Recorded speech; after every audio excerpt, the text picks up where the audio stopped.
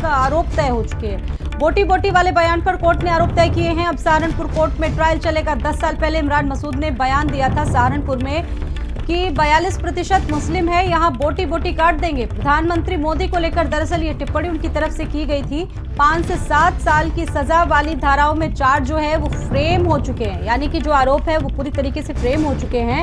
लगभग 10 साल पहले ये बयान दिया गया था लोकसभा चुनाव के दौरान 10 साल पहले प्रधानमंत्री नरेंद्र मोदी के लिए।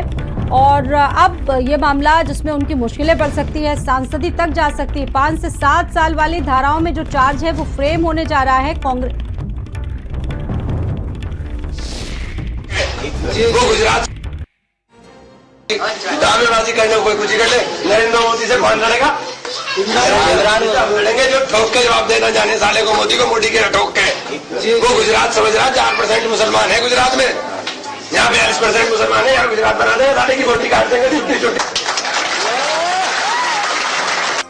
दावेबाजी करने को कोई कुछ कर ले, नरेंद्र मोदी से कौन लड़ेगा? लड़ेंगे जो ठोक के जवाब देना जाने साले को, मोदी को मोदी के ठोक के। वो गुजरात समझ रहा 4% मुसलमान है गुजरात में, यहाँ 42% मुसलमान है, यहाँ गुजरात बना देगा, साले की बोटी काट देंगे छोटी छोटी। दावेबाजी करने को कोई कुछ कर ले, नरेंद्र मोदी से कौन लड़ेगा? लड़ेंगे जो ठोक के जवाब देना जाने साले को, मोदी को मोदी के ठोक के। वो गुजरात समझ रहा 4% मुसलमान है गुजरात में, यहाँ 42% मुसलमान है, यहाँ गुजरात बना देगा, साले की बोटी काट देंगे छोटी छोटी। तो कांग्रेस सांसद इमरान मसूद को आप सुन रहे थे। दरअसल बयानों से इनका जो पुराना नाता है वो जुड़ा हुआ है। इससे पहले भी कई विवादित बयान इन्होंने दिए और लियाकत इस खबर पर मेरे साथ मौजूद हैं। लियाकत, 10 साल पुराना ये बयान मुश्किलों में ला सकता है इमरान मसूद को। अब सहारनपुर कोर्ट में ट्रायल चलने जा रहा है।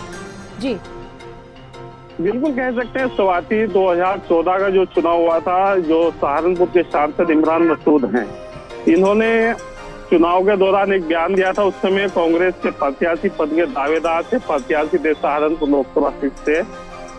तो उसमें एक बयान दिया था नरेंद्र मोदी को लेकर कि मोदी जी अगर सहारनपुर में आ जाएं तो उनकी बोटी बोटी काट दी जाएगी, क्योंकि कहा गया था कि गुजरात में 2% मुसलमान है और इधर यहाँ पर 42% है कि अगर वो यहाँ आ गए तो उनकी बोटी। वापस आएंगे। राकेश त्रिपाठी जी इस वक्त जुड़ चुके हैं इस खबर पर बातचीत करने के लिए। राकेश त्रिपाठी जी, इमरान मसूद पर गंभीर आरोप लगे। दरअसल 10 साल पहले जब लोकसभा चुनाव चल रहा था उस वक्त इमरान मसूद का एक बयान था बोटी बोटी। उस मामले में जो आरोप है वो फिक्स हो चुके हैं, फ्रेम हो चुके हैं। तो क्या कहेंगे सर इस पर? नहीं, इमरान मसूद ने जो बोया था वही काटेंगे। इमरान मसूद ने जिस तरह की भाषा का इस्तेमाल किया था, भारतीय लोकतंत्र में इस तरह की भाषा का कोई स्थान नहीं हो सकता है। लेकिन दुर्भाग्यपूर्ण यह है कि इमरान मसूद को सारे राजनीतिक दल पसंद करते रहे विपक्ष से, और उसको अपने साथ जोड़ते रहे, संबद्ध करते रहे। ये बहुत दुर्भाग्यपूर्ण है। हमें न्यायिक व्यवस्था पर पूरा भरोसा है और हमें भरोसा है कि कानून इनके साथ पूरी तरह से एक अपराधी जैसा सुलूक जैसा होना चाहिए। जिस तरह की भाषा का प्रयोग उन्होंने किया था वो सुलूक जरूर करेगा, और निश्चित तौर पर इससे उन लोगों को भी सबक मिलेगा जो अपनी जिह्वा पर, अपनी भाषा पर, अपनी वाणी पर संयम नहीं रखते हैं। निश्चित तौर पर उनको एक सबक मिलेगा कि वो भी अपने बोलते समय तोल मोल करके बोलने का काम करे।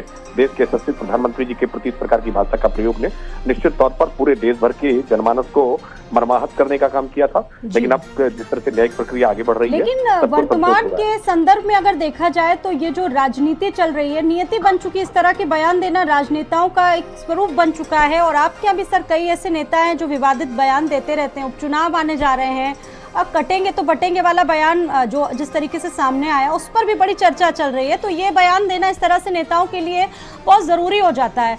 नहीं लगता है कि ऐसे बयानों पर कहीं ना कहीं विराम लगना चाहिए? नहीं, मुझे लगता है कि बटेंगे तो कटेंगे के बयान को अगर आप बोटी बोटी काटने से जोड़कर देख रहे हैं तो मुझे लगता है कि इसको थोड़ा समझने की आवश्यकता है।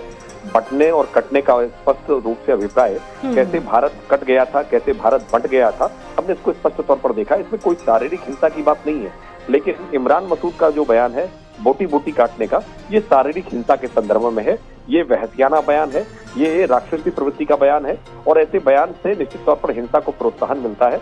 ऐसे बयानों को कंडेम किया ही जाना चाहिए। और आज न्यायिक प्रक्रिया जिस तरह से जा रही है आगे, हमें पूरा भरोसा है कि आने वाले समय में लोगों को इस बात से कम डर लगेगा, भय लगेगा कि अगर वो कोई बयान इस तरह का देंगे तो कानून के साथ अगर कार्रवाई अगली दिशा में बढ़ी तो आपको लगता है कि इनकी सांसदी तक जा सकती है? अब बिल्कुल जानी भी चाहिए। ऐसे लोग लोकतंत्र के लिए किसी भी स्थिति में उपयुक्त नहीं माने जा सकते हैं, जो इस तरह की भाषा का प्रयोग करते हो, जो हिंसा को प्रोत्साहित करने की बात करते हो।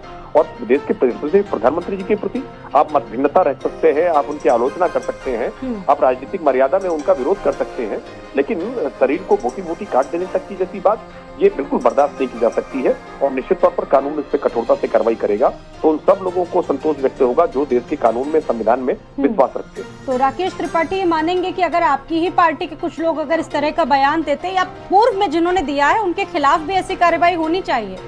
बिल्कुल होनी चाहिए। भाषा की मर्यादा मेरे और आपके लिए अलग अलग नहीं हो सकती है। हाँ। भाषा की मर्यादा सबके लिए बराबर होगी, कानून के समक्ष समता होगी और सबके लिए कानून के सामने बयान एक बराबर देखे जाने चाहिए।